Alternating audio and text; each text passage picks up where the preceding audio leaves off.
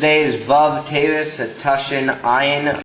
This is Shir Klali for Parshas Vayigash. Right. So we're turning in Parsha Vayigash to chapter Mem Hey. Chapter Mem Hey.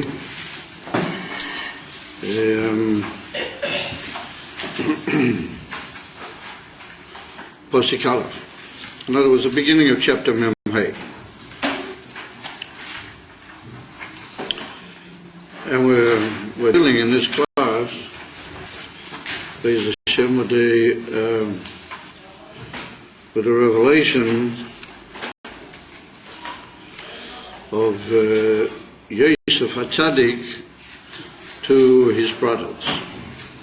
After the 22 years break that there's been of his presence in Mitzrayim, and that's the beginning of the re-establishment of the contact with, or the reunion with Yaakov. Shortly after, he then meets up with his father Yaakov Avinu, and that is, on the one hand, the salvation of the whole Jewish people by them coming down to Mitzrayim and being saved from the famine and the hunger. However, Leidach, on the other hand, it's also the beginning of Golas Mitzrayim. So after Yaakov Avinu's coming down, begins the whole process which eventually leads to Golas the Golas of the Yidden in Mitzrayim.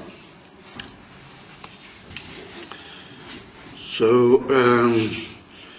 we see that the pasuk tells us, "V'lo yochel Yosef lehisapek v'chol hanitzovim alav v'ikro hoitziu kol ish me'olai v'lo omad ish itoi v'hisvada Yosef el echo." That Yosef wasn't able to restrain himself anymore. We have to say anymore, because earlier it's written that expression in Parsha Mikate, when he brings the brothers down, when they come down the first time, or rather the second time, when they come down, and he brings them in to eat and everything, and he hears them talking amongst themselves about having sold him and everything. So it's written by Yisapek Yosef that he did restrain himself, and he went and he wept in the second room. Over here, at this particular moment, exactly the same expression, but lo yochel Yosef lehisapek, that he wasn't able to restrain himself. Due to the fact that all these people, lechel hanitzovim olav, which would tend to imply that there were people standing around, and that was causing him an inability to. So Rashi says that Yosef couldn't stand all the Mitzrayim and all the other people who were standing at that time in the presence or in the room or the hall or wherever it was, and that he was about to reveal himself to his brothers, and that these people would cause embarrassment. These brothers would suffer a tremendous busha, and they would, their chelpa, the disgrace that they were about to be revealed as having gone through, but that would be known to the Mitzrayim, and therefore Yosef wasn't able to put up with such a situation. And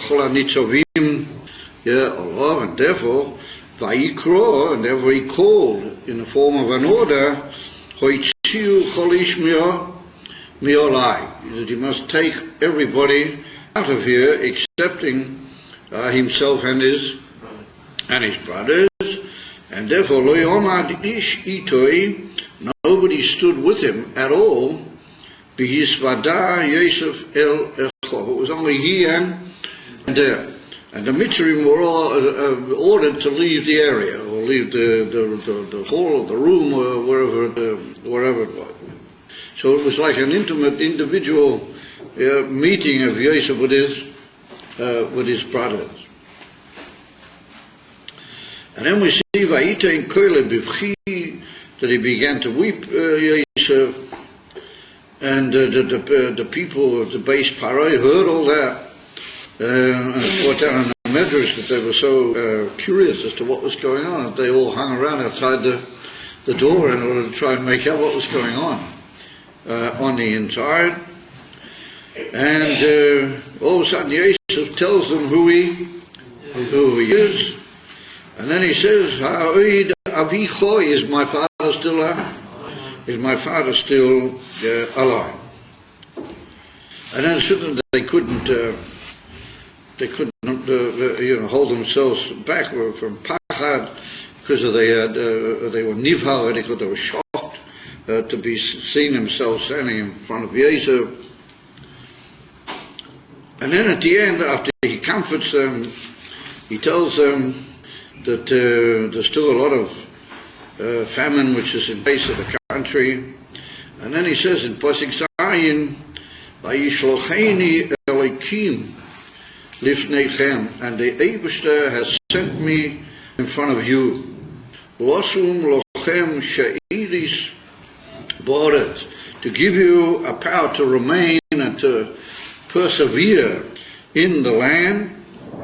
Ulahachis Lochem, and to cause you to be able to continue living, in other words, to provide you with life. Lahachis Lochem Lifleito Gedor Gedor, for a great salvation, as you might say, a great rescue. Lahachis Lochem Lifleito Gedor. So it's Yeshua and brought down in the great Sforim and in the Hemshech Ayim Beis, of all places, from the Rebbe Rasha, but a very key point in the movement of the Hemshech.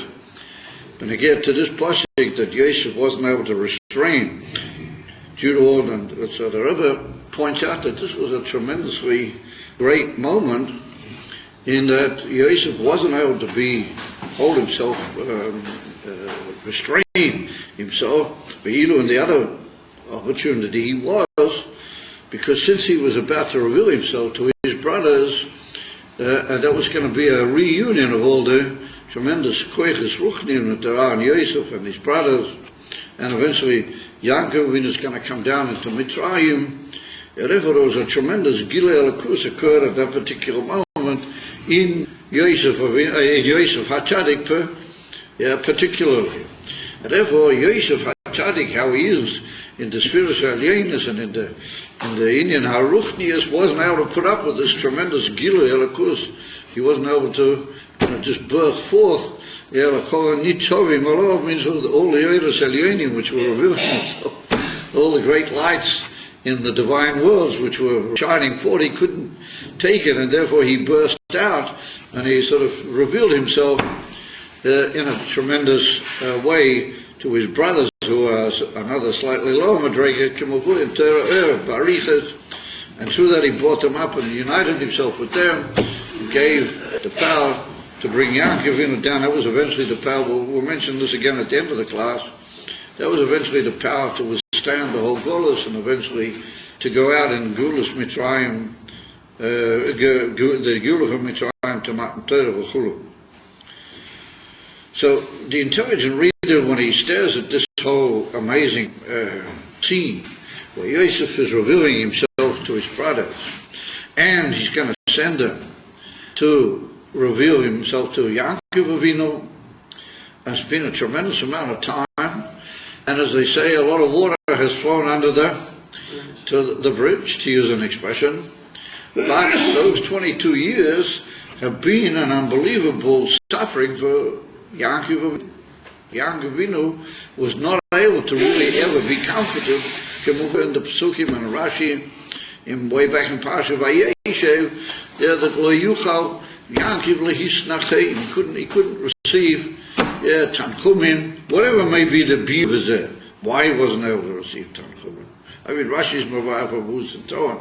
But Sokos of Yaakov Avinu, the whole 22 years was suffering with her in view of the fact that Yosef wasn't there, and he was believed to be dead. even though every here and there Rashi throws a hint that maybe Yaakov Avinu was already beginning to become aware that he wasn't dead.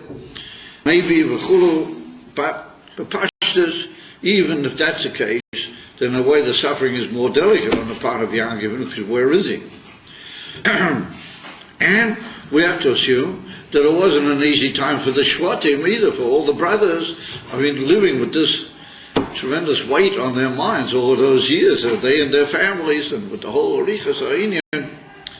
And it's brought down, even Yitzchak Avinu knew about it, but he didn't want to reveal it to Yaakov. Yitzchak Avinu did know about it. It's an amazing situation, and here we see that Yosef started off in the house of Potiphar, and he becomes a big leader there, and then he gets down into a prison, Rachmanin Islam, becomes a leader, and then he becomes a ruler for the last 12 years before he meets the brothers. He rules in Mitzrayim just exactly the same power as Parai, and to a certain extent he's even more powerful than Parai. So ask the Celtic of Aldi Geshaila on the part of the intelligent reader.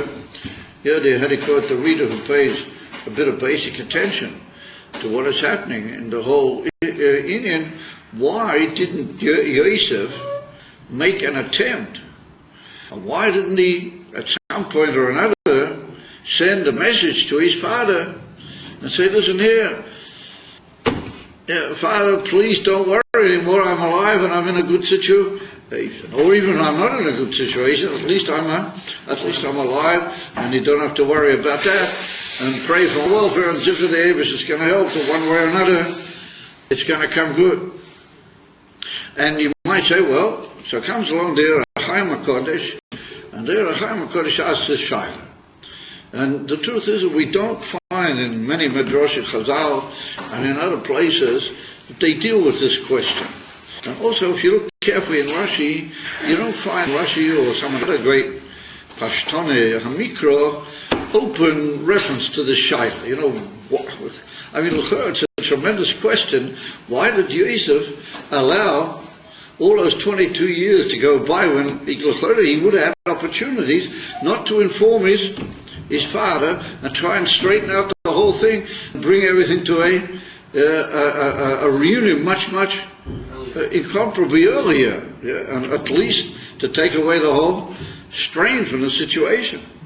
And yet we don't find that Yosef did anything in that regard.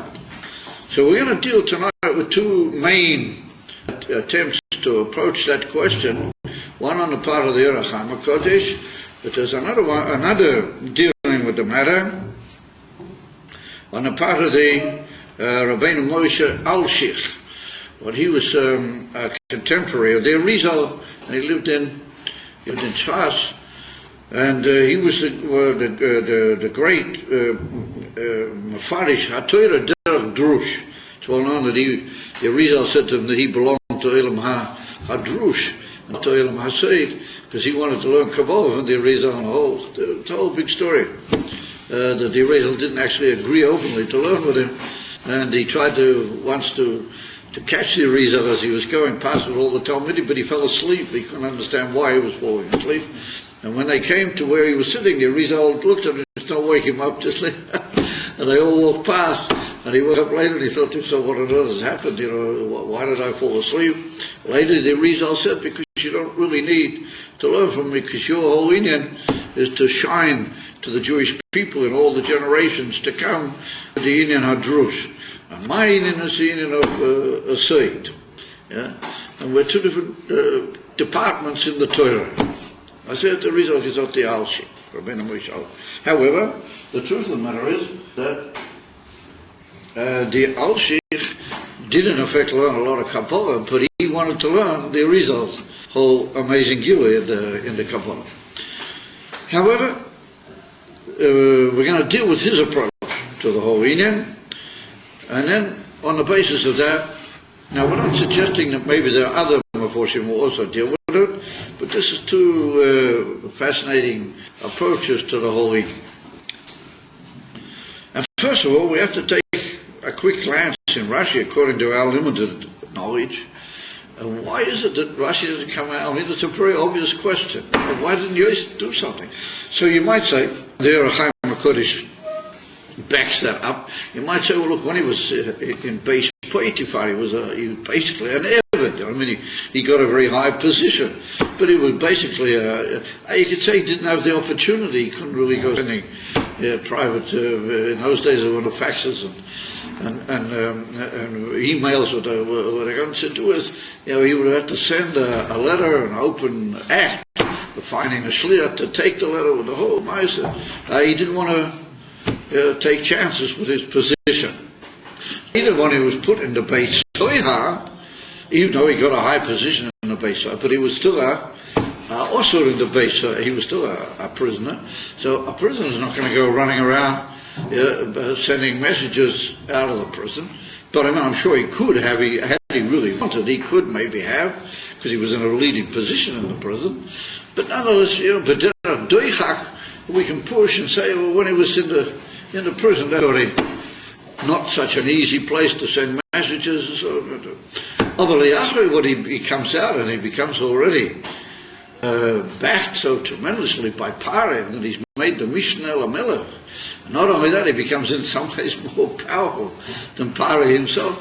I mean, the whole Eretz, the whole civilized world in those days was more or less at his feet. He could have sent a message to Yankov. We don't say it, the whole tremendous Tsar and the whole Rikas Ha'inyan.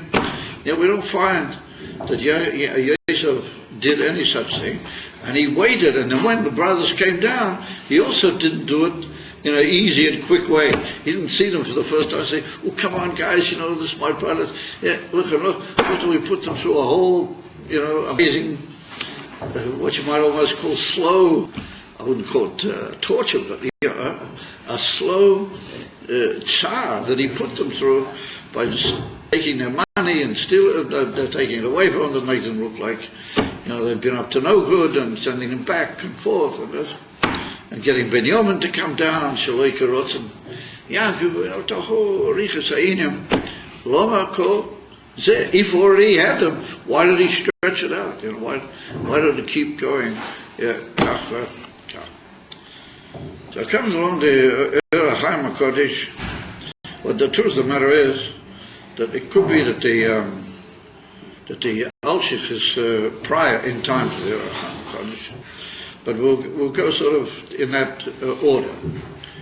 Says the Chaim HaKodesh that Yosef was worried on two main levels why he didn't inform. And he said the first basic level is pikuach nefesh b'neged to himself. In other words, that the brothers upon him took a tremendous weight on themselves, a tremendous responsibility and an unbelievable step by doing what they did. So albeit the Chaim HaKodesh himself over there in Parsha Vayeshev, he says that they had all sorts of reasons, al pidin, why they felt that they were right in punishing Yosef, and they could even have put him to death had they wished, al pidin, so they thought he was what's called a roidev, he was after their lives, all sorts of inyanim. One can find a justification in halacha, but he had to act per se. Avatafu became a tremendous achrayas, regarding their father and regarding the whole world. And we see that even to this day, we still suffer somewhat from the remnants of that act that didn't prove to be accepted to HaKadosh Baruch Hu in the way they anticipated maybe that it would be.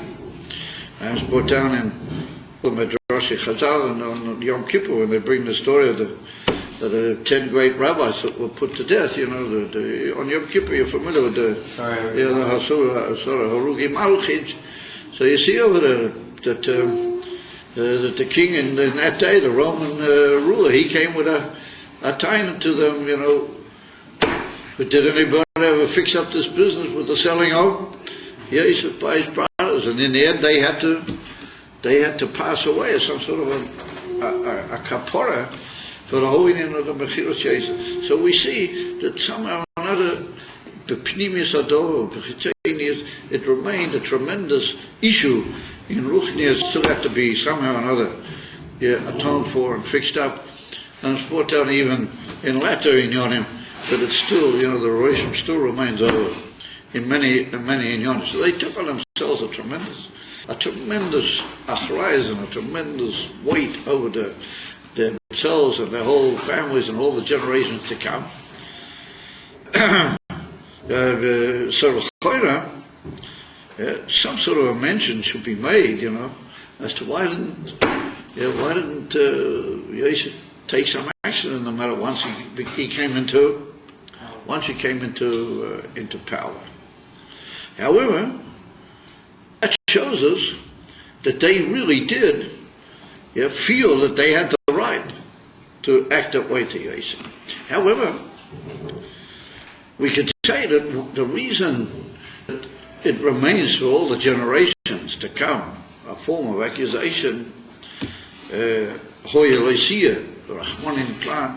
already been doubtless wiped out, all the accusation of Mila, was because when you start dealing with such inyanim, and particularly that they were involved in the whole inyan emotionally from beforehand, as I put down at the beginning of Vayigash, you've got to be tremendously careful that it shouldn't creep in what's called, sinner, or the opposite of sinner is ava, you've got to be very careful what's called emotional bias or emotional involvement. And if it appears in many cases that the brothers Tucker hated, or they had this sort of hidden, inexplicable inability to really put up with you, to be civilized, to use the expression.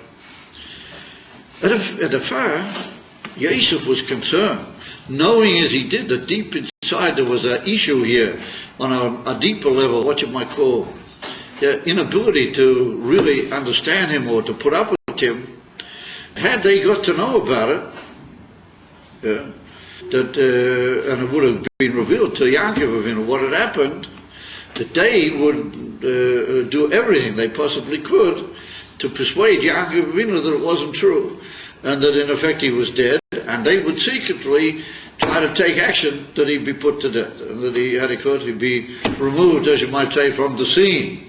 Because otherwise Yaakov would certainly take action against them. If he would heard what they'd done, then he would curse them, or who knows what would happen. So therefore, it's to be expected that they would do everything to make sure that Yosef wasn't alive anymore, in order to wipe out their problem with Yaakov, and with the etzem revealing of their sinner, and the etzem revealing of their crime. And I want to say their crime, their terrible action. And says the Chaim HaKodesh, Yosef was concerned in the early part of the situation. He was concerned purely about him, about himself, and he was worried that would lead to a situation where secretly, and therefore more dangerously, they would take every action, and it wouldn't be very hard for them, because once they got down into Mitzrayim and they started asking, do you guys know anything about this Ivri guy that he came, and he's obviously known around here, that they would have been able to find out with considerable ease and take vengeance or take action against him. However, once he becomes the Melech of Mitzrayim, that taina falls away. Once he becomes a king, and he's got everything under his fingers, then it's much harder for these guys to show up and assassinate him. So you might tell, well, they could, maybe it could be done. It's happened in history that kings have been assassinated.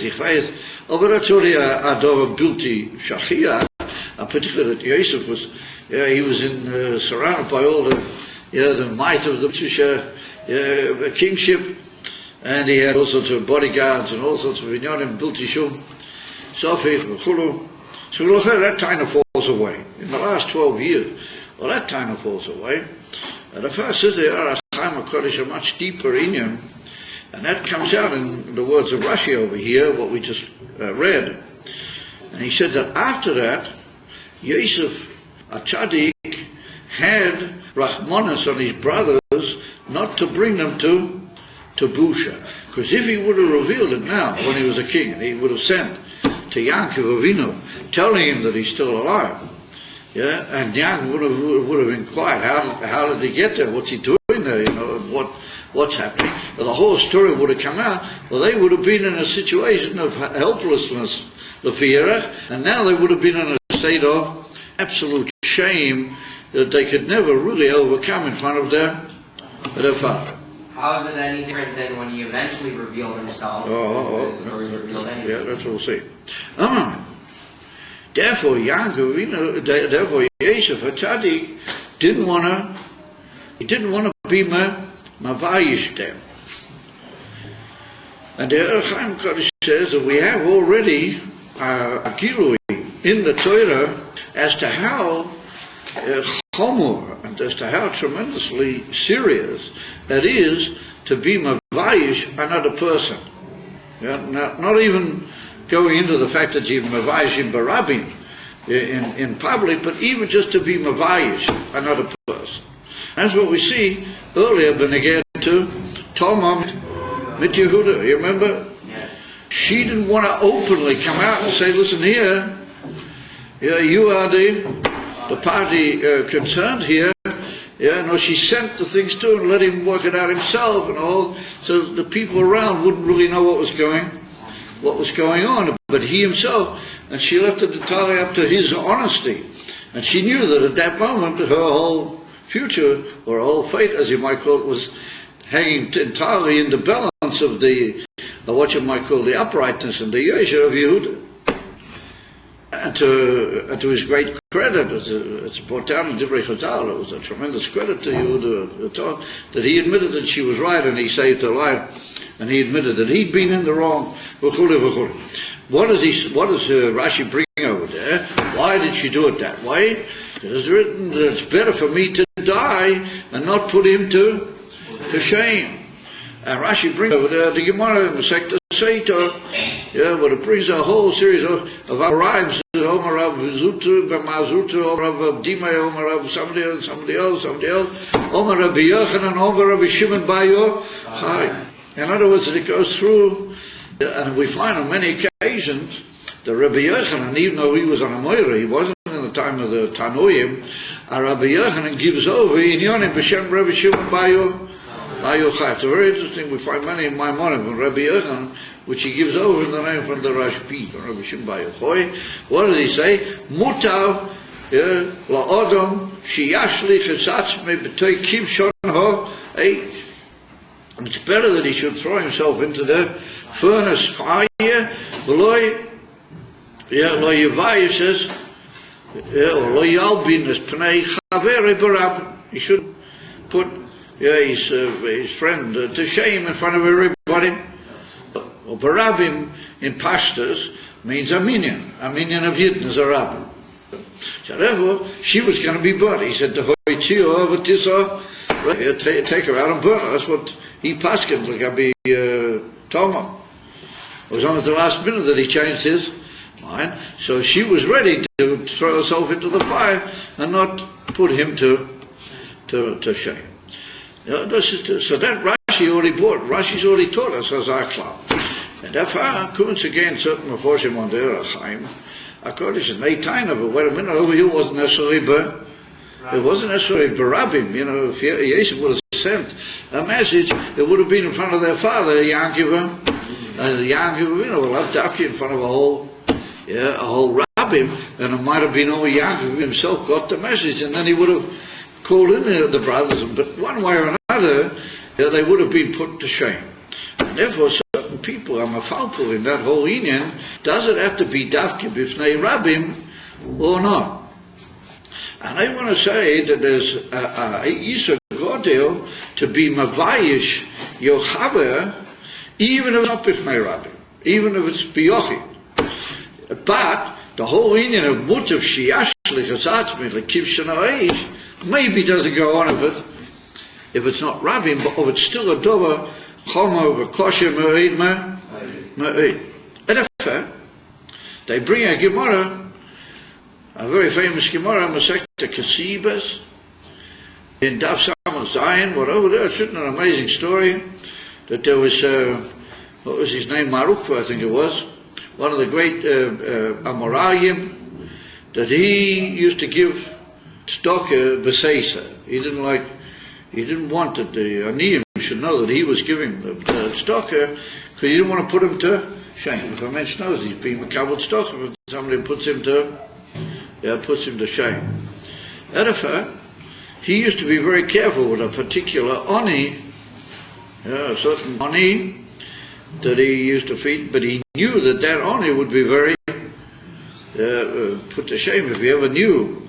So the Gemara brings a story that one day he was putting the money down, all of a sudden the oni starts rolling into the area where he is, into the room, and in that room there was a fire burning. There was a big fire burning.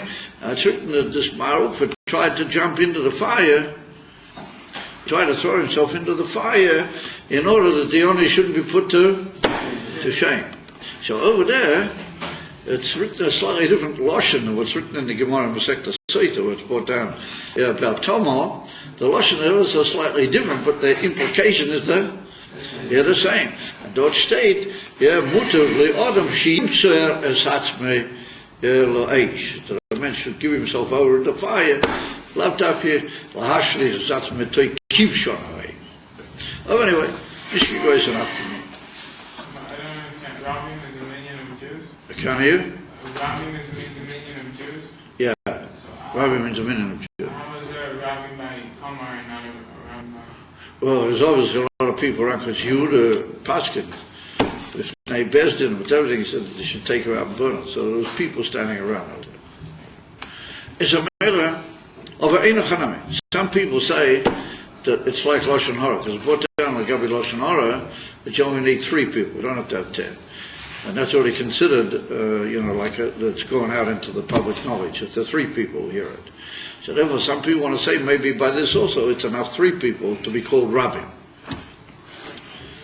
However, in this particular case it would appear that Mazruta was alone with the Oni. There was nobody else about, and yet nonetheless, Maruk I think it was, he tried to jump into the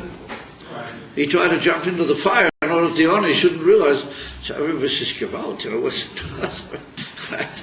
Ad krikach.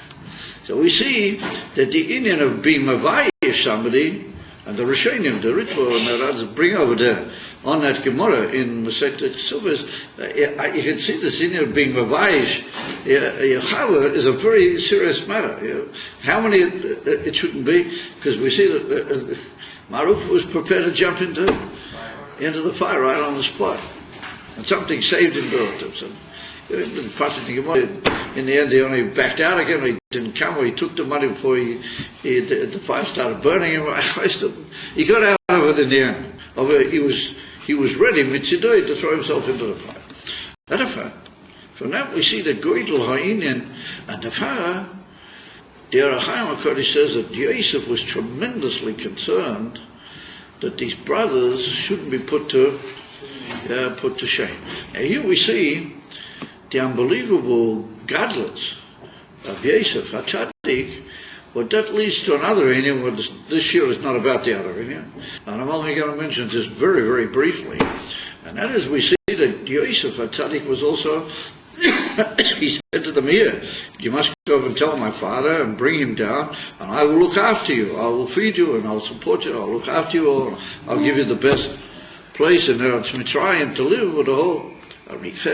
So the Alter Rebbe brings down at the end of Perek Yud Beis in Tanya, are you familiar? When he talks about the Beinoni, he says the Beinoni must never allow a machshava against Ratzon Hashem. He must also never allow a machshava against another person.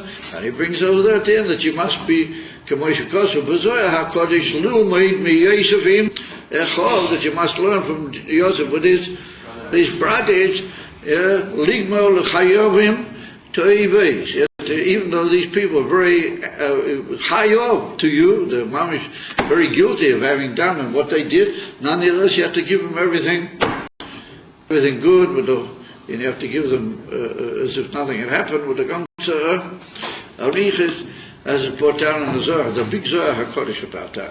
However, that leads to another fascinating question, and I'm not going to talk about that at all this evening, and that is that we see that Yosef was talking Gimel L'Chayovim Teives.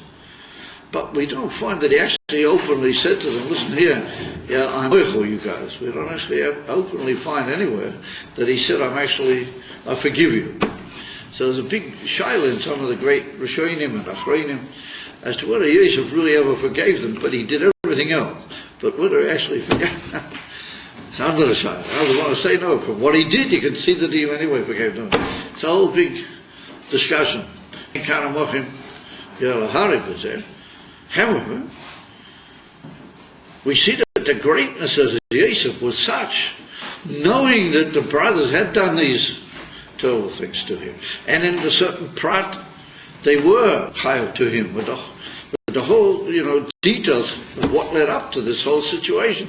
Nonetheless, he couldn't, under any circumstances, even at the extent of his father suffering tsar, which he knew for sure was happening, to put his brothers into a state where they would be shamed. He learns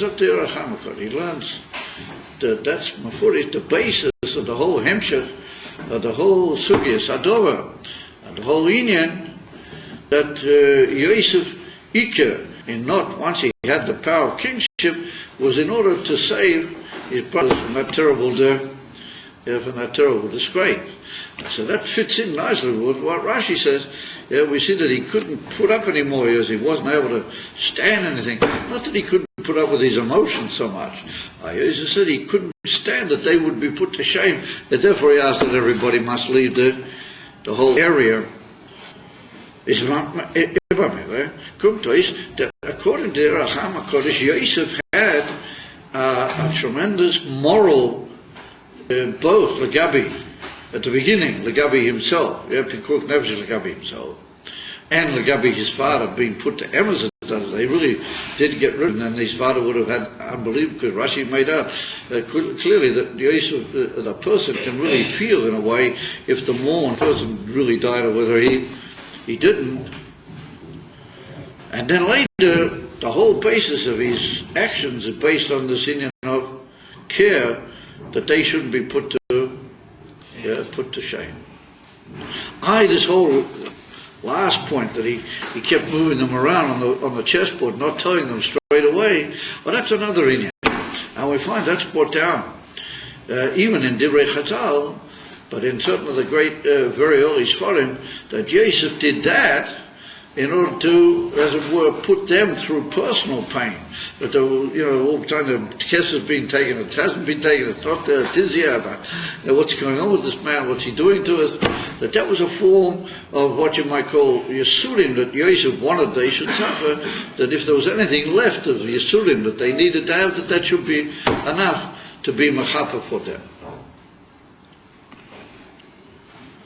So Ad kan the biur bekitzer nimrod Ad kan the biur van the Racham HaKodesh. That's why Yosef didn't take any action. So when you think about it, it's very powerful.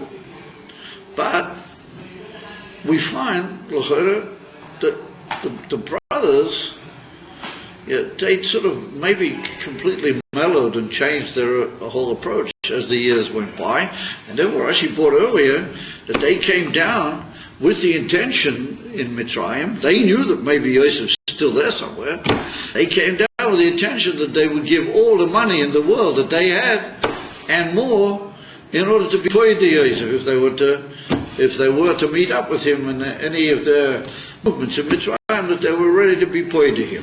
So we could still say that they were ready to be paid to him, but nonetheless it was a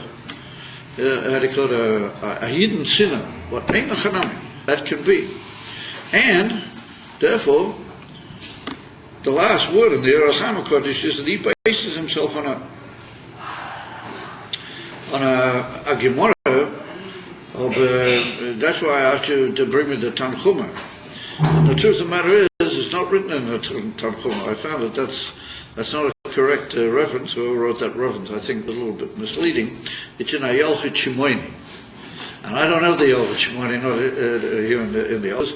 I couldn't be bothered calling you and sending you again to get me the old, but I dispatched, shouted Ishmael, I saw in another sefer that he mentioned the same in, and he says the Yalkut Shemoni, not a Tanchum. Anyway, it's written in the Yalkut Shemoni that when Yosef was revealing himself to him, and they began to see what was really happening, thought ran through all of their minds. So listen, we got him here, all the Mitzvah have gone out, and we're big knobs. We said Yehuda could have taken on the whole Mitzrayim. Rashi says right at the beginning of the parasha, as we'll kill him off, and then we'll throw all these Mitzvah out of the way, and we'll flee, we'll get out. You know? And it came along a special malach, and the malach was mefazer them. He sort of stooped them from one part of the room to them. They couldn't talk, they couldn't get it together. And in the meantime, once Yosef started actually talking to them, they became so full of bush and everything that they weren't able to carry it out. They stayed in the open to So it says the Orachim HaKodesh, he said to Chibas, if Yosef had such unbelievable siyata dishma, that when they got working, after they already sold him, that the malach is not going to let it happen again. He could have done that before. He could have told her any time before, and he didn't have to worry about them because the malach would have looked after him. For an amazing thing. And he says, Aleph, maybe he didn't know about that Yosef. Maybe he didn't know what was going on until the malach had saved him. Who says that he knew about the malach? And Sveiten says, he says, Ein seimchin ala ananes. You're not allowed to rely on a nes. In other words, even if you know that malachim to be sent to you, and even if you know that malachim are the sort of people, in inverted commas, that hang around you and that they look after you, you're not allowed to rely on that. And therefore, Yosef couldn't take the chance earlier that this malach would look after you. And therefore, he says, we have to fall back on the ultimate piyur that it was the Indian from Busha that was holding him back the whole time. So what's the Indian? Just do you know where we learn that you're not allowed to be Shemach HaFanev? Everybody says it. Everybody keeps saying you're not allowed to be Shemach HaFanev. You know where we learn it from? It's an amazing thing. You want to hear about it or it doesn't bother you? So the Gemara says in Masechta Pesachim, an amazing thing. The Gemara says that the Pesach, the Korban Pesach, had to be slaughtered in 3 kittot. There was like 3 big groups, 1, 2, 3, that they went into the Azara and slaughtered all the Pesachs. And then they let out the first group, and then they let in the second group, and they let in a third group. So it's written the difference of opinion between 2 great Amoraim as to how did that work out. And so Abaye, I think it's Abaye over there, he learns that they didn't have to do anything. They didn't divide them into 3 kittas. No, they just started letting people in, and the gates of the Azara, when it came to the right moment, the gates of the Azara just closed themselves. And at one Pesach that happened, that the gates of the Azara just started closing, so people saw the gates are closing on, so they backed out, and that was the first kittah. And the second kittah, so says the Gemara, how could Abaye do that? So the Gemara says that he held, well, I don't know if he did it, he wasn't already in the times of Pesach, but he held that that's what they did. So the Gemara says, because he holds that you are allowed to rely on it. You're allowed to rely on a nes. And Mamela, he knew that since the din was that there can only be 3 kittas, or there has to be at least 3 kittas rather. There has to be at least 3 kittas. So the chashash is, says Rashi, that maybe they'll always walk in together because everybody wants to be. So the Gemara says over there that the didn't always stoop. Say something Gemara that when it comes to Indian from mitzvah, like the base of mitzvah, didn't stoop. Beim Reben, so the Gemara says So Rashi says that maybe because they're stupid, everybody would just go in and there'd only be one kitta. So therefore Abai said, no, the Eibush looked after that. All of a sudden, when it's enough for the first kitta, the gates of the Israel disallowed, and if you didn't want to get caught between the gates, you would back out of the way and you would be on the second kitta, and then it'd have to light up with the third one. Comes again, the other Amor that he differs with Abai, and he says, oh no, they used to count them as they were running in, and when it was enough people, according to certain organizers, they used to close the gate of the Azorah and cause the people to backwards. And why do they say that? Because they say, ain't safe in the you can't rely on her. That's not it.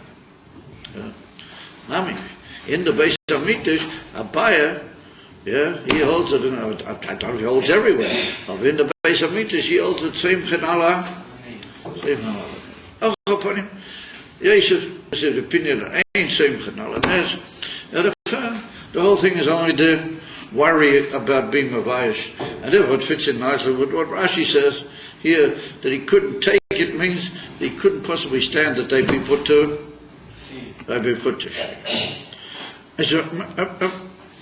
However, anyway, let's go a little further, and then we'll maybe try and answer Rashi. We'll try and sum Rashi up, or why Rashi didn't comment about this whole thing, at least by way of possibility. And so therefore, Yosef, because of not wanting to be Vayigash, he took on himself this tremendous knowledge that his father was suffering, and yet nonetheless he didn't take any action. Ad kan divrei ha'Chaim HaKodesh. Like we said, that leaves certain questions in one's mind. It doesn't seem to be so up completely from all sides. However, it's a very amazing statement to answer what is obviously a challenging question. Comes along to Rabbeinu Moshe Alshich, but as I said, he was prior in time, and he says another thing. And he starts off with all sorts of shilas, kedacha b'kodesh, all sorts of kashas and shilas, why Yosef didn't tell him what he could have done, how he could have done, but nonetheless he didn't. And his opinion is like this. He brings Azorah, of course, the sign that he did learn Kabbalah. He wasn't looking for the result just to know basic Kabbalah. He wanted to know the secrets that the result knew. In the Zohar Kodesh it's written that when Yosef HaTzadik went down to Mitzrayim, that the Eibush sent the Shechina with him. And when Yosef HaTzadik went in to the Etzem Gvul of Mitzrayim, the Shechina went with him. And that Yosef, the whole time, from the moment he entered Mitzrayim, he was a Merkava to the Shechina. And we don't it. It's understandable. All these amazing things, he had this unbelievable Hatzlocha, and everything seemed to be out of complete, normality, everything that happened with him, and he was moitzchein by people, and he was tremendously successful in everything he did. It was unbelievable, because he was a Merkava to the Shechina. In fact, they asked him, why did he need to be a Merkava to the Shechina? And for which, why did Yosef have to be a Merkava to the Shechina? So he says, the beginning of Yosef going down into Mitzrayim was the beginning, be'emes, of God's Mitzrayim. That because he was there, and he was 22 years in Mitzrayim, well, that's what led to Yaakov coming down to Mitzrayim, with all the Shvatim, and that eventually led to the end of God's Mitzrayim. No place in the world could be compared to Mitzrayim for Roi Tuma and Roi Neged Elkus, or Neged the Derech Hashem, and Neged the whole way of Yaakov Avinu V'Bono. The whole inner of the message of the Eibush that was running the world was in Mitzrayim, Mamish Eifach Gono, to the point that the Gemara, not the Gemara, the Medrash, always the Rab Nosson says that it was the erva of the whole world. In other words, you take the world into different parts of the body, was like the erva oretz, and it was the worst and most terrible spot, right, in the whole in the whole world. Bikola Bechinas Ha'elu. Had Yosef HaTzadik not been there, and had Yosef HaTzadik not been as he was, a Merkava, to the Shekhinah, then it's impossible that later the Yidden could have come down there and held out. It wouldn't have been Shaykhs. Because the Koyach HaTumah was so immense that it would eventually swallow them up. And he brings, even though some people delicately tend to disagree with this cloud, but he brings it, and this is later something which is even mentioned, B'Shem Arizal, this thing, and that is why the Eibush himself had to take the out of Mitzrayim. You know, it's written in the Haggadah Shel Pesach that not a Malach and not a Shaliach and not anybody, only the Eibush him. So this opinion, whoever it really begins with, that had the Eibush left them there another short while, they would have been completely swallowed. The Tumah would never have been possible to take them out. What does that mean? Never possible. Never possible according to Hashem's plan. Actually, but they had to be taken out, and therefore it happened with tremendous speed, though, in and of Yetzias Mitzrayim.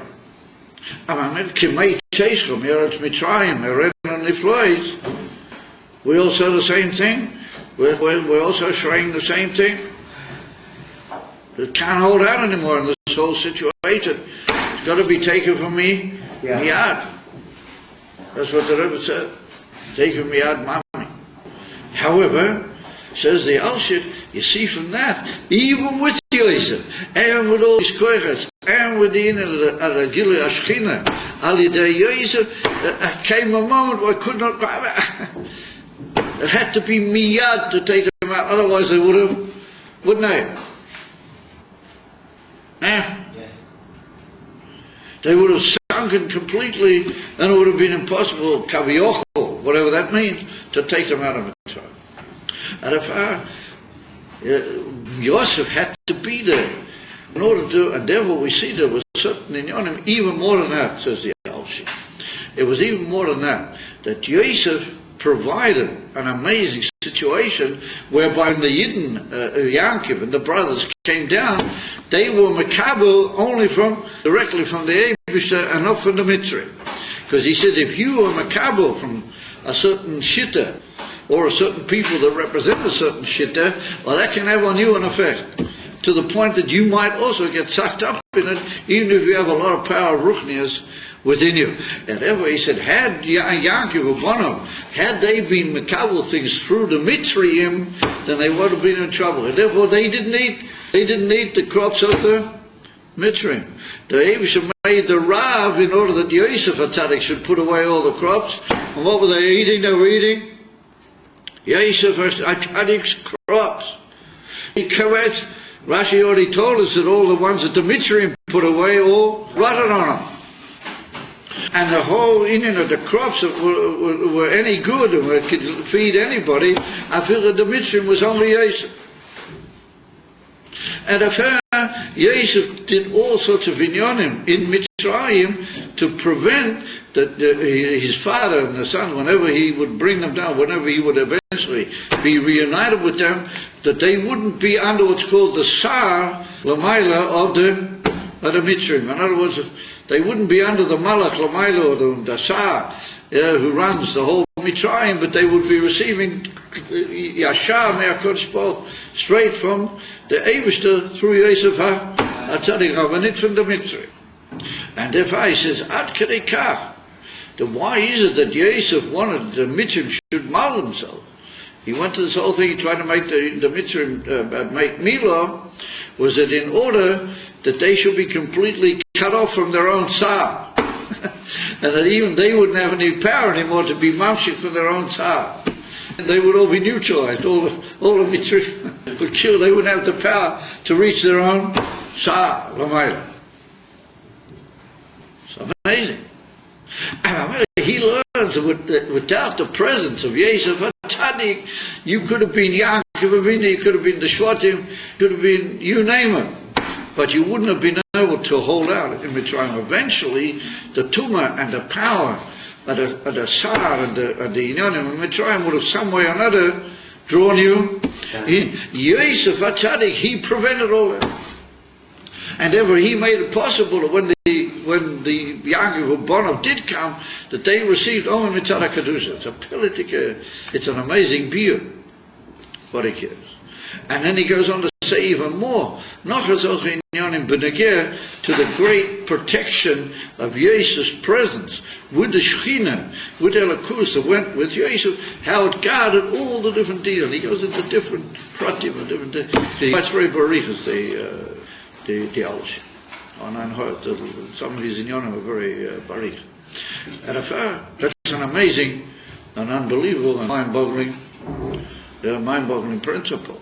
And he adds, and so does the Racham HaKodesh, also writes in a later passage, that it's brought down that the Yidden took out from Mitzrayim all the Tzutzis. Erev Rav, Ola Imohem, that they took out Reish Beis of all the Reish Beis Chesneh Tzutzis. You know about that.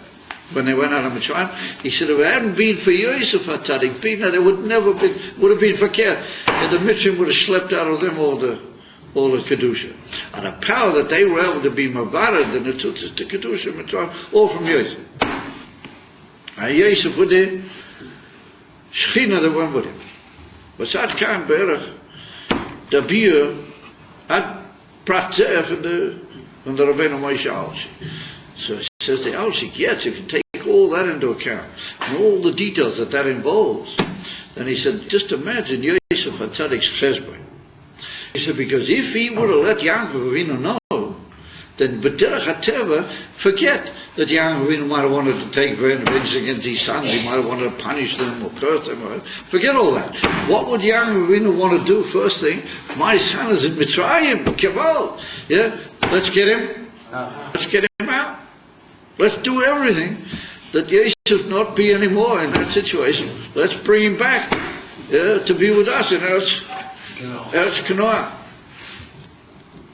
And even after he became king, Yaakov wouldn't want him to be down there. Who knows there was going to be a Rav with the whole thing.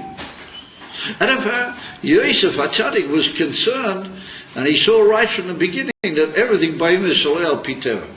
And Yosef HaTzadik knew that he had to be in Mitzrayim, that he was a shliach from the Shekhinah.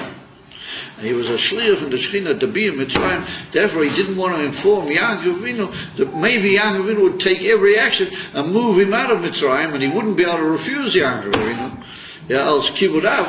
Therefore, he didn't want that Yaakov Avinu, and he wanted als Mesilas Nefesh, Vazich Alein, because even mitzad his own chesbon, it would have been much better to be up with Yaakov Avinu learning Nigla and Chassidus Kol Hayom Kulei with Yaakov Avinu than doing all that he was doing. Does it of Zichar. And Sveitens says it's an unbelievable Mesilas Nefesh in that he knew that his father was suffering. And after he didn't want that his father should maybe interfere and bring him away, because he knew that believes there's no chance that the whole divine kavanah is going to be able to take place. He has to be there. Tzarich liot sham. Amazing. And if her come to is that he didn't inform anybody, and he didn't even make an effort. He didn't even inquire, how could I inform Yaakov Avinu? Yeah, it wasn't on the menu. How do you say? It wasn't on. Despite all that he knew, what must really be going. And if we have to say that maybe Rashi doesn't bother to tell us this whole background, how Yosef. Because if you just look in the Pesukim, it becomes clear that Yosef has to be there. And believes it's impossible. Therefore, Rashi just understands that you understand that if Yosef hadn't been there, what would it mean? And therefore, the Pasuk itself tells us this, Rashi. That's what he said to them. You mustn't be angry, you mustn't be upset, because the Eibishter sent me for support and sustenance. The Eibishter sent me here. Ki Hashem shlachani, lemichyo shlachani elokim, lemichyo lefeichem. And then he says even more. Lachachi yesh lachem lifleito gedoy. Well, it's going to be a tremendous rescue. And then later in the parsha, right near the end, he says it even more, Yosef, and he repeats it again. And he says, Yato, al teatzvu, ki lo yatem shalachto etem oisi heina, ki himo elakim, shalachani lifnechem, liyes, yelahachiyes amrov, liyes lefleita legadelo, ulahachiyes amrov. What are the types of amrov? Amrov, meaning everybody, killed the whole world. That if I hadn't been here, me there was supposed to give him nicht nur even though some people on Amrov refer to Yaakov and his whole mishpacha, the whole thing. But in Pashtus that means the whole world. How about if Yosef wasn't there, the Yidden wouldn't come down to Mitzrayim? If Yosef wasn't there, Yaakov wouldn't come down to Mitzrayim. It's all part of the divine. He wouldn't have had any bread. He would have had to come down because there was no food. The whole famines and it's canal. Now, Lafisa, it follows that Yosef was the Shliach Hashchina, and he was the koyat that held everything, to the point that he not only the rescue of Yaakov, but he's the rescue, as you might say, of Amra. He killed the whole, what you might call, population of the world. Everybody Kilu is saved by Yosef having been there. Yeah, that's an amazing purity. I mean, if he's there, it places a much greater premium in the whole Indian. Behind him. Here we are coming from Teives. What's so the whole message and the whole inner pneumius of this thing what happened in Teives. And for that matter, the whole Indian of the Frierdiker Rebbe, whose name was Yosef, and the whole Indian of him being in Russia. And we go back even further. We can go back way back to the Alter Rebbe. Well, his name wasn't Yosef.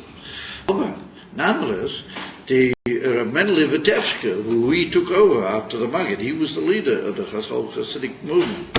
After the Maggid, and the Alter Rebbe saw him as his Rebbe, Metalstink, he made a decision, and he took with him 100 mishpachas that he's going to Eretz Yisrael.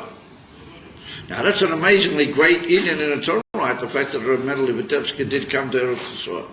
Whatever may be the tremendous message that we can learn from that. Although Sokos, he wanted to come to Eretz Yisrael, that's another Indian was saying, the place to talk about that parichas. However, the Alter Rebbe is a devoted follower of Mendele Vitebske. He said, the Rebbe fought in Eretz Yisrael, I'm going with him. And so the Alter Rebbe followed him across Europe towards the point on the coast or wherever it was there that you left to go to Eretz Yisrael. All of a sudden there came a dream. The Maggid, and they say either he dreamt it and then the Alter Rebbe dreamt it, or he told the Alter Rebbe about it. And that's why the Alter Rebbe had no doubt that it was a divine, inspiration of actually the Maggid has this dream that he must not take Zalman knew the Alter Rebbe, he must not take him with him. And on the contrary, he must stay Dafke behind in Russia, and he must be the leader of the whole Hasidic. And the Alter Rebbe was in doubt about that part. He said, how am I going to take on myself? And there's letters from Eretz Yisrael where the Rebbe Vitebske wrote the Alter Rebbe letters, and he said to me, you have to realize you are the one, and stop hesitating. You have to be announced that you have taken on yourself the leadership of all the Bolshevik movement, and you've got to do it. And a short time afterwards, the Alter Rebbe made it clear that he was makabel on himself. Now, what do we see here? The Mendele Vitebske went to Eretz Yisrael.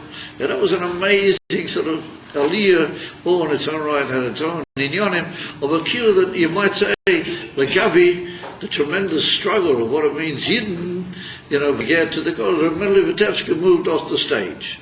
He had other functions, chas v'cholilim, to say that he moved up, but he had other great functions. But who had to remain Dafke the Alter? The Alter Rebbe, and he had to remain Dafke b'chutzalo. Dafke. And if you look carefully in Perek Lamed Gimel in Tanya, right near the end, the Alter Rebbe says that the type of bira that can be achieved in chutzalo cannot be achieved anywhere else. It's only in chutzalo. that you can actually get to the root of the Choshen and be mahapet of Sheichelin, take a look carefully and built something that's a remiss to the whole fact that the Alter Rebbe knew these whole shlichas and all the Inyanim and the Sefer Tanya, and it had to be written down. And so we see that our Rebbeim are the union, both of Yehuda and Yosef. They're Yehuda because they're from Malchus base Torah. But they're also the union of Yosef. Vayigash Yehuda, what that is the union of Yehuda and Yosef. And that union is going to be equal to Yosid Lover. And the Frierdiker Rebbe was called Yosef Papel, that was his name. And Yosef Yitzchak is indicatory of the Geula, from the Koach of the Geula, as the one that lost the Yitzchak, lost Tzchoik, V'tainu. But it's also the Tainu with Yosid Lover. And it's also the fact that Yitzchak Avinu is going to be the Ika of the Ovis, Yosid, Kemuvim, the Gemara, Mitzak, the Shabbat. The Frierdiker Rebbe is Yosef, but he's also the Inyan from the Geula. He's also got himself the Inyan from the Yehuda of a Begolo, he's Yosef. Therefore we see that the Frierdiker Rebbe held everything together. Rabbeinu Shalom. You have to realize that if it hadn't been for the Frierdiker Rebbe's presence in the Rebbe Rashav, Tomchet Mimim, in the Medicones, what do you call them? The Ushpizin, in the Ushpizin, if I'm not mistaken, the Rebbe Rashav is connected to Yosef, if I'm not mistaken. Is a metaphor of he said that the Indian Tomchet Mimim and all the great Talmudim that came out of Tomchet Mimim, they were the beginning of the breakage of the whole power of the communist regime, of the whole thing. It all began in Tomchet Mimim, and the Rebbe, the Frierdiker Rebbe, he actually stood against this unbelievable machine called the Soviet Union. And it was due to his unbelievable Mesilas Nefesh that eventually the Soviet Union collapsed, built Isham Soviet. And in fact, we see that Yosef, his presence, on the one hand, breaks the clipper. It makes it the Yidden, if they only want, they don't have to be Makabel for that clipper, they can be Lamailam there. And at the same time, it's also the ability to eventually get them all out. As the Koach HaGeula, therefore the Frierdiker Rebbe wrote this, as soon as he got out of Russia and out of the Nazi onslaught, what they're going to do is, he wrote this thing called the Kriya of HaKedusha. He said, Mashiach is already here. Mashiach is starting right now. And if the world would have listened to him, and if the world would have understood him, built Tishum Sovim, as a Volkivenas Epapoya. And so we see that there has to be a Yosef. It has to be that if you're not going to be exposed to the goddess, it has to be a Yosef. It's Muzayim. And therefore, if you look carefully in all the periods of history, throughout wherever Yidden were, there was always a figure or a tzaddik or tzaddikim, Loshen Rabbim, that their inyan was to hold everything together. They broke the clippers and they kept the clippers at bay. Around in a room, and so there was a plate of Gedela, there's one on the presence of the Rambam in Mitzrayim, brought them all sorts of blessings, and the fact, when the Frierdiker Rebbe became Bar Mitzvah, the Rebbe Rashab said the famous Maimah on the Iniv and Tfilin, and he says that the Tfilin Shel Yad is Keneged Yosef, the Tfilin Shel Rosh is Keneged Yankiv. So the Tfilin Shel Rosh is very high. It's got a very high Kedusha, Metal Inyonim. The Tfilin Shel Yad Pachot. But nonetheless, the Tfilin Shel Yad is the one that goes down into the Yad, into the Inin HaMaisa, that Yosef Atadi can reach from the Hechster Madregas, even Lamaila Me'atzilas, all the way down into the world, and he can change things in the physical world. Tfilin Shel Yad. This is Yosef Atadi. So where are we holding now? We're holding now in this amazing situation where Yehuda and Yosef have met together. That the Rebbe is Mamish Yehuda, he's Mamish Malchus based on it. And Yosef put him in place, and Yosef, and he met together. And that's what the Rebbe said in Toshin Nun Aleph.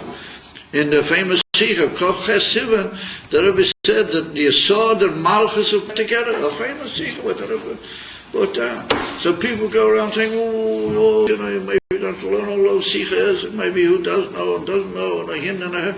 Or if you're just a simple, straightforward person, how are you supposed to understand all that? What on earth is he talking about? That you saw the Malchus and Ordepam, you saw the Malchus met together, and this Friedrich Rebbe's Yesod, and then his mate would say, I'm Malchus. But he talks about being a Malchus. Who is it? Who is the Malchus?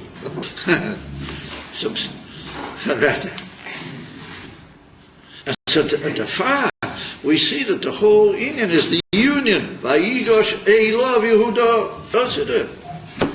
And at the far, if it hadn't been for Yosef, who knows, there wouldn't have been the whole Indian of the Gaulists being able to be lived through. He wouldn't have been able to manage in Russia and all those places, not China. It wouldn't have been possible. And that's why the Rebbe said that he can't leave America and come to Eretz Yisrael, because what's going to be with all the Yidden in the Golden? That's one of the few times that the Rebbe did answer the question, why doesn't he come to Eretz Yisrael?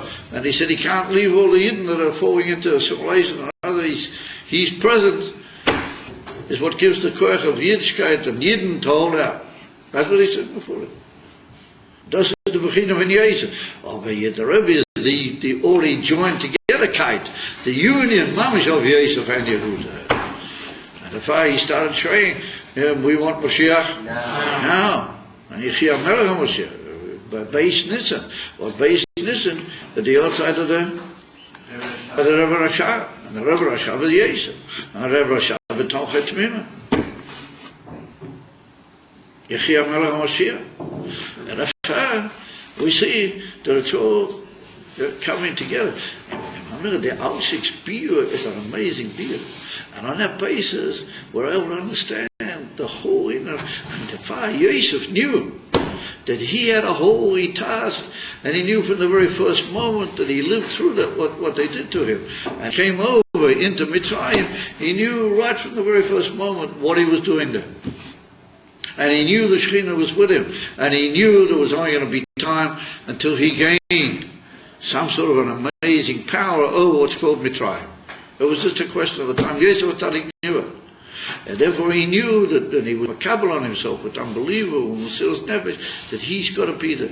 There's no two ways about it. He's got to be there. And therefore he can't take the chance even to inform his beloved father that he loved his father so much that he couldn't inform him, because Shema, there might be moves made to that he wouldn't be able to refuse to move him out of there. And he knew that that was his place. And that was the koyach. And therefore the Rebbe Marash, I just couldn't find it today when I was looking at it. I looked it up, and there's not a lot of mafteis in the Rebbe Marash's mind, so I couldn't find it. But there's a mind in the Rebbe Marash, I learned it a few years ago, where he says that the fact that Moshe Rabbeinu had to take the bones of Yosef with him, because wherever Yidden go, they got to have Yosef. Wherever they go, they got to have Yosef with them. And he said, therefore, the bones of Yosef made it possible to hold out in the desert. If not, they wouldn't have been in the desert as clippers. Wouldn't have been held out. And what gave them the power to stand in front of Mount Sinai after such a tough time, getting out of Egypt? Who brought him into Eretz Yisrael? Who's chutz and who's koyach? Now what do you want? It's written before you. And he also brings it down. The Friedrich Rebbe's got all mime about it in Tovshin Dalet and Tovshin Ei. The Alter Rebbe brings out the famous medrash, how to come that the Yam split. What did the Yam split? That it saw the Arena Shel Yosef, that the Yam looked at and saw them carrying Yosef's Oren. And the Yam split because of seeing Arena Shel Yosef. What do you want better than that? So the Alshich is Masbir. A lot of things happened at Yam Suf. That the Mitzvah got to him back, and this happened and that happened. He said, yeah, Eino Chanami, that was the Eibush interfering. But he said, what made the Yam split was that the Yam, how's it written? A Yam raw over, yeah? Yeah, no, how do we say in Hallel? The Yam saw and it flattened. Was it the Yam saw? The Pnimis of the Yam took a look at the Arena Shel Yosef, and it said, so the Friedrich Rebbe's got a whole gewaltige Biur of Pnimis to it. That's what we've got to do now, guys. We've got to realize, we've got to pull ourselves together. We've got to realize that we're holding mamish at the end of the whole goddess. It's therefore the Eibishter Baruch Hashem sent Yosef. And he did everything. You should realize that what saved so much of Yidden from the Shoya was the Friedrich Rebbe. You should realize, if you look in the letters, if you studied the history, so many people were saved from the Shoya by the Friedrich Rebbe. It's unbelievable. A big Rabbonim, people, the Belzer Rebbe. So, I mean, his Chassidim helped him a lot. Who did all the work behind the scenes to get the Nazis out of the whole thing for a while? That gave the possibility for him to flee and everything. It was all the Friedrich Rebbe. Allah was so amazing in him. And he wrote about all sorts of other great Polish Rebbeim. And later, the Friedrich Rebbe had kesher with them through letters. He wrote them letters to these big Rebbeim and Polishes and others. And he had these amazing fingers in the pie all over Europe during the latter part of the terrible Indian of the Shoya, getting all the Yidden out and all. It's just amazing, this unbelievable sort of, fingers in the pie all over. A little weak person he was, a Friedrich. He was sick for many, many years, and he wasn't a powerful individual physically by any extreme. How did he have the power to have this unbelievable control over it? It's just mind-boggling. Because he was Yosef. He was Yosef. And Baruch Hashem came along, Yehuda, and Yehuda and Yosef joined up together, and they made a gewaldige firm. Yeah, they made a called proprietary limited, but it's proprietary unlimited. It's not proprietary limited, but it's proprietary, unlimited. He said, "Well, we got to get up on the on the train. It's running fast towards the end." And did I ever tell you the joke? But the Rebbe said the Rebbe said it. The Rebbe said that they used to, Siddish used to say about Italy, that Italy was a Batlonish Medina. They called it was remember I told the story. What does Batlonish mean? Batlonish means, boys making silly mistakes and being able to keep control of what's really going on. Batlon. He says it was a Batlonish Medina. So what is the raya? That they once started over with the locomotive, with the train. They had this gewaldic train, they had everything, and they had all these people sitting in the carriages. There are hundreds of people sitting in the carriage. They're going to make this first journey, and all day, and they get in, they stoke up the engine, and everything is wonderful. Finally, the fellow breaks the rim or whatever it is, and all of a sudden the train engine shoots off. And the train is all left standing. Oh, it's because they forgot to hook themselves up to the engine. Never heard the man say. They forgot to hook themselves up to the engine. Yeah, the Rebbe told the story. The Rebbe Melech Moshe, in the early years. And I always did this unbelievable thing. And the train engine tacker went very well, but it wouldn't. There's all these people sitting in the train, and I say, "Wow, we're not moving. What's going on?" So the answer is because they weren't hooked up to the engine. So you got to be hooked up to the engine. You got to be. I think everyone can understand the nimshal. Everybody gets the point. But if let's hook ourselves up to the engine, and let's go with this tremendous power, and we're all forging ahead into the Geula. Oh man, Cain, you hear God saying, taking me out, mamish, and who's driving the train and who's leading it? Right? Who's got the flag up? The Rebbe Melech Moshe. Okay, guys.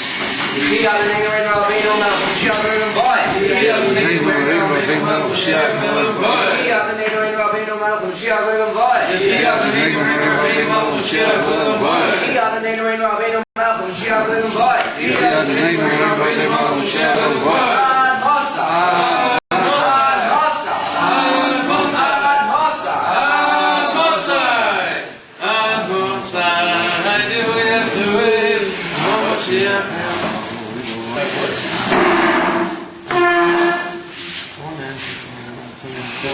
talking about